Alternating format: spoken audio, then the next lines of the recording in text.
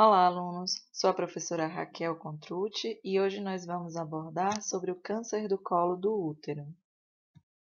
Para entendermos um pouco melhor como funciona essa dinâmica do câncer do colo do útero, vamos voltar um pouquinho na anatomia e lembrar que o útero é um órgão do aparelho reprodutor feminino, situado no abdômen inferior.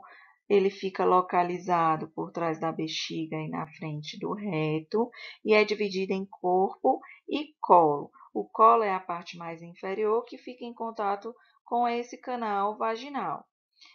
Esse colo ele também é dividido em duas partes. Existe a parte interna, que é o canal cervical ou endocérvice, e a parte externa, conhecida como ectocérvice. A parte interna é revestida por um epitélio de células cilíndricas produtoras de muco, que é o epitélio colunar simples. E a parte externa é formada por várias camadas de células planas que formam o epitélio escamoso e estratificado. E entre esses dois epitélios, o colunar, que é da endocérvice, e o estratificado escamoso, que é da ectocérvice, encontra-se a junção escamo-colunar, que é conhecida como JEC. Essa JEC ela pode se encontrar tanto na endocérvice quanto na ectocérvice. Ela é uma linha que divide os dois epitélios. E essa linha que divide, ela pode estar tanto na ectocérvice quanto na endocérvice. E aí vai depender dos fatores hormonais da mulher. Por exemplo, quando a mulher está na infância ou pós-menopausa, geralmente essa JEC ela situa-se no canal cervical, né? Ou seja, na endocérvice. Quando ela está na fase reprodutiva, essa JEC situa-se no orifício externo ou para fora desse, que se chama ectopia ou eversão. E aí, quando há essa eversão, as células cilíndricas que eram para estar lá na endocérvice, elas estão na ectocérvice. E o que é que acontece? O meio é diferente, é um meio mais ácido. E essas células elas não estão adaptadas a estarem nesse meio ácido. Então, o que é que acontece? Vai acontecer uma metaplasia, ou seja, uma transformação dessas células. As células cilíndricas, para se adaptar nesse meio, elas tentam se transformar em células escamosas, dando origem a um novo epitélio. E esse novo epitélio, ele é chamado de zona de transformação. E é nessa zona de transformação que ocorrem, se localizam, mais de 90% das lesões precursoras ou malignas do colo do útero. Mas o que seria o câncer do colo do útero? Ele se dá pela replicação ou multiplicação desordenada do epitélio que reveste este órgão, comprometendo o tecido subjacente ou estroma ou tecido conjuntivo de sustentação e podendo invadir estruturas e órgãos contíguos ou à distância. É importante sabermos que existem duas principais categorias de carcinomas invasores do colo do útero. E aí vai depender da origem do epitélio comprometido. Existe o carcinoma epidermoide, que é o tipo mais incidente e acomete o epitélio escamoso. E existe o adenocarcinoma, que é um tipo mais raro, acometendo o epitélio glandular. Com aproximadamente 570 mil casos novos por ano no mundo, o câncer do colo do útero é o quarto tipo de câncer mais comum entre as mulheres, sendo responsável pelo óbito de 311 mil mulheres por ano, ou seja, a quarta causa mais frequente de morte por câncer em mulheres. No Brasil, em 2016, eram esperados 16.340 casos novos, com um risco estimado de 15,85 casos para cada 100 mil mulheres. Em 2020, são esperados 16.590 casos novos, com risco estimado de 12,6 casos para cada 100 mil mulheres. É a terceira localização primária de incidência e de mortalidade por câncer em mulheres no país. Mas o câncer do colo do útero, ele é mais raro em mulheres até 30 anos, ele tem um pico de incidência na faixa etária entre 45 e 50 anos, e a mortalidade aumenta progressivamente a partir da quarta década de vida, ou seja, a partir de 40 anos. Uma das mais importantes descobertas na investigação etiológica de câncer foi a demonstração da relação entre o HPV, que é o papilomavírus humano, e o câncer do colo do útero. Foram identificados aproximadamente 100 tipos de HPVs, sendo que 40 tipos podem infectar o trato genital inferior e 12 a 18 tipos são considerados oncogênicos para o colo do útero.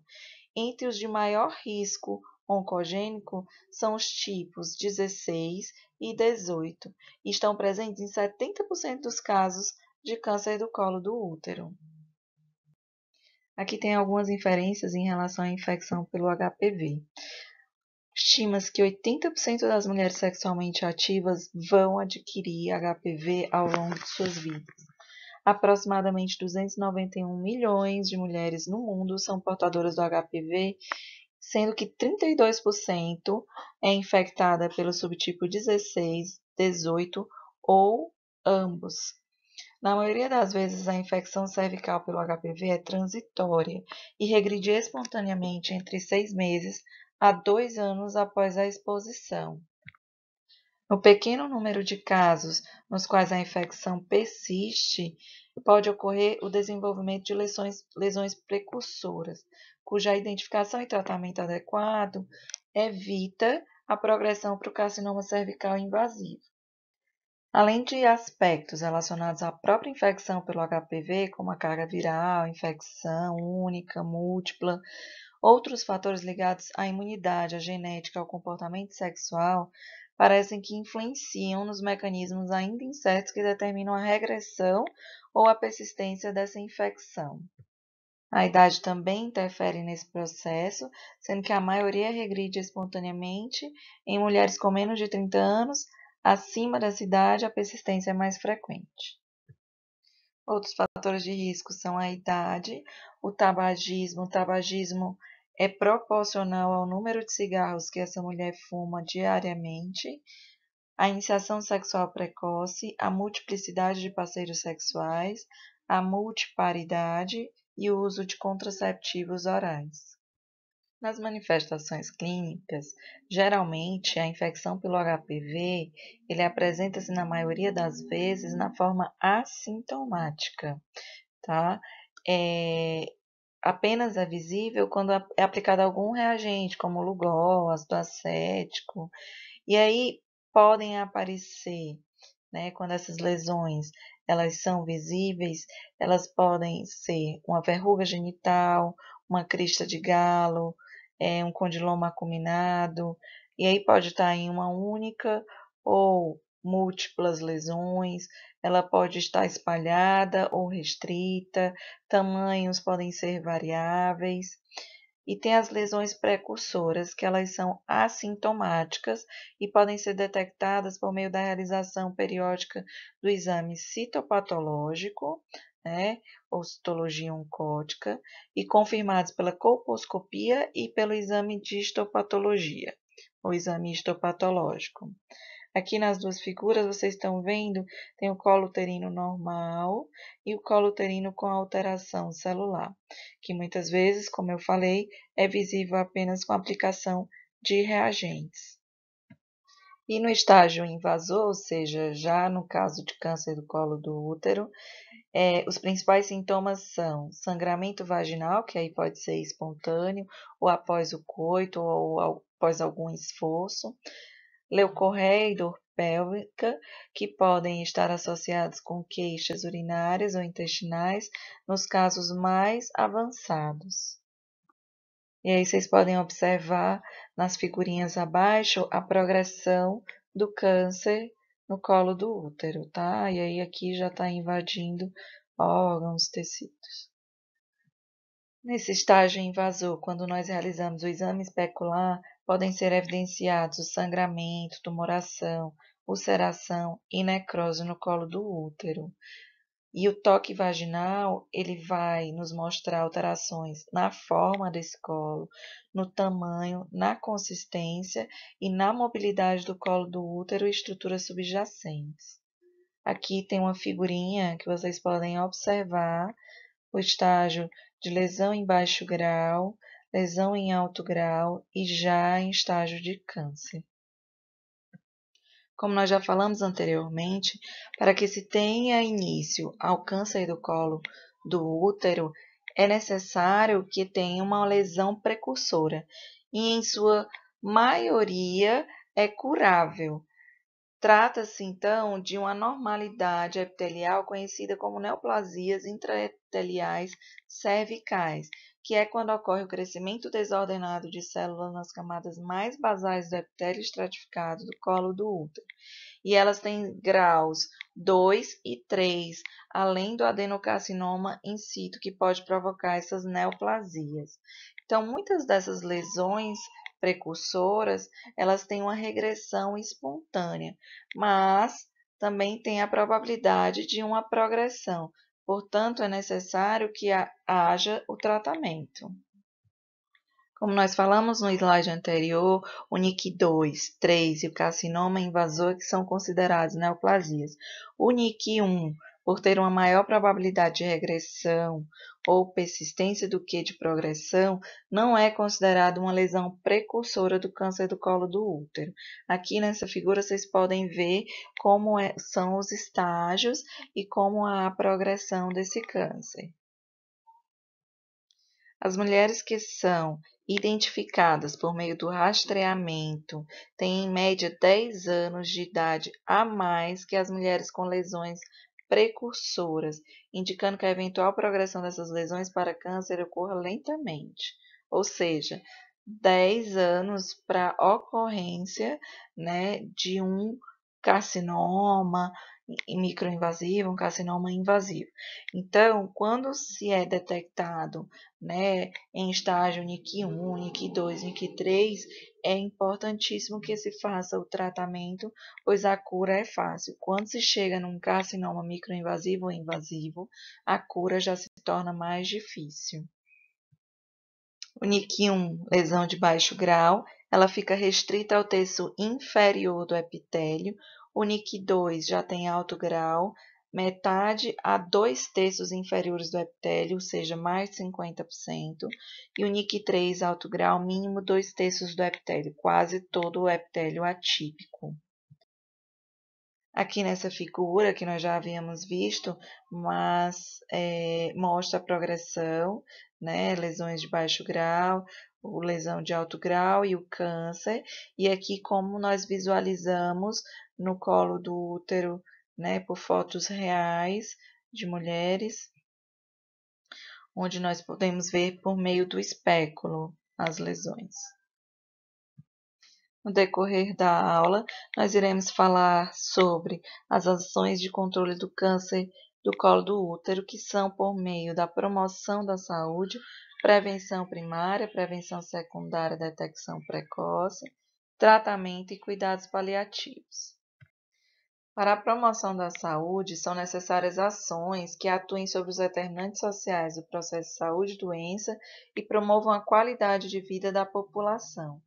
Já para a promoção da saúde no controle do câncer do colo do útero, são necessárias articulações intersetoriais dos serviços de saúde para que a população tenha mais acesso aos serviços de saúde e mais acesso às informações.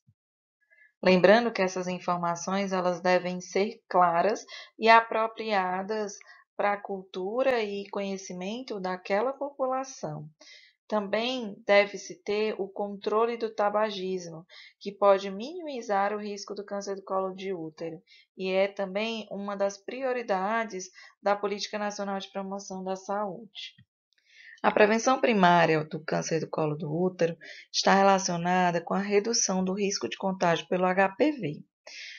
Bem, a gente pode imaginar como se dá essa transmissão, que é por via sexual.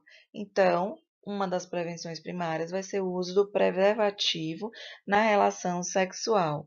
mas ela protege parcialmente. Por quê? Porque também pode haver o contágio pelo contato com a pele da vulva, pela região perineal, pela região perianal e da bolsa escrotal. Outra forma de prevenção primária é a imunização contra o HPV, que se dá através de 2 doses, com intervalo de 6 meses entre elas. E são 2 vacinas aprovadas, que são a bivalente contra os tipos oncogênicos 16 e 18 e a quadrivalente, que protege contra os tipos não oncogênicos 6 e 11 e os oncogênicos 16 e 18. Esses não oncogênicos 6 e 11 são as verrugas anogenitais. E o terceiro tipo de prevenção primária se dá através do exame citopatológico ou Papa Nicolau. Com a vacinação, eles vão se complementar nas ações de prevenção deste câncer. O Ministério da Saúde implementou no calendário vacinal a vacina tetravalente contra o HPV, que correspondem aos tipos 6, 11 não oncogênicos e 16 e 18 oncogênicos, para meninas de 9 a 13 anos de idade e para meninos de 11 a 14 anos de idade. Então, pelo SUS, já temos a vacina tetravalente. Agora nós iremos falar sobre a prevenção secundária ou detecção precoce, a qual nós temos que desenvolver estratégias como o diagnóstico precoce, que se dá por meio da abordagem de mulheres com sinais e sintomas da doença, ou seja, do câncer do colo do útero, e por meio do rastreamento, que se dá pela realização de exames numa população que é assintomática, aparentemente saudável, para identificar lesões precursoras ou sugestivas de câncer. Então, como que nós vamos realizar o rastreamento dessa população saudável para ver se elas têm algum tipo de lesão precursora? Por meio do exame citopatológico do colo do útero, que também é conhecido como citologia oncótica, colpocitologia oncótica, citopatologia cérvico-vaginal, exame preventivo do colo do útero ou, o mais popular, Papa Nicolau. Em quem deveremos fazer esse rastreamento? Qual é a população-alvo? São mulheres numa faixa etária de 25 a 64 anos. Mas por que só 25? Porque há uma baixa incidência de câncer em mulheres jovens. E há evidências de que o rastreamento em mulheres com menos de 25 anos seja menos eficiente do que em mulheres mais maduras. Essas mulheres com 25 anos, elas já devem ter iniciado a vida sexual. E as mulheres com 64 anos, para serem interrompidos esse rastreamento, elas devem ter pelo menos 2 exames negativos consecutivos nos últimos 5 anos. Em relação à periodicidade desses exames, devem ser anuais e trienais, ou seja, a cada 3 anos, quando elas tiverem 2 exames consecutivos normais. Existem algumas situações especiais no exame de colpocitologia oncótica. Uma dessas situações são nas gestantes, que devem seguir a recomendação do Ministério da Saúde. Elas não têm menor risco do que a população em geral, pelo contrário, o risco é o mesmo. Deve-se colher as células somente da ectocervice, apesar de que a junção escamo-colunar, que nós falamos no início dessa aula, nesse ciclo gravídico puerperal, encontra-se exteriorizada, ou seja, na ectocervice na maioria das vezes. Então, dispensaria de qualquer forma a coleta na endocervice. Outra situação especial é a mulher na pós-menopausa. Se essa mulher ela não tem histórico de diagnóstico ou tratamento de lesões precursoras, o risco para câncer de colo do útero é baixo. E devemos seguir a recomendação do Ministério da Saúde para a coleta nessas mulheres. Outra situação especial são nas mulheres esterectomizadas. Quando há esterectomia parcial, ou seja, ela tira somente o corpo do útero, mantém-se a recomendação do Ministério da Saúde e coleta-se o material somente da ectocerce. Quando a esterectomia é total por lesões benignas, sem história prévia de diagnóstico ou tratamento de lesões cervicais de alto grau, são excluídas do rastreamento desde que apresentem exames anteriores normais e podemos escolher o material do fundo de saco. E quais são as recomendações prévias que nós deveremos dar a essa mulher antes da realização do exame de compositologia oncótica? Ela não deve utilizar duchas ou medicamentos vaginais ou realizar exames intravaginais 48 horas antes da coleta.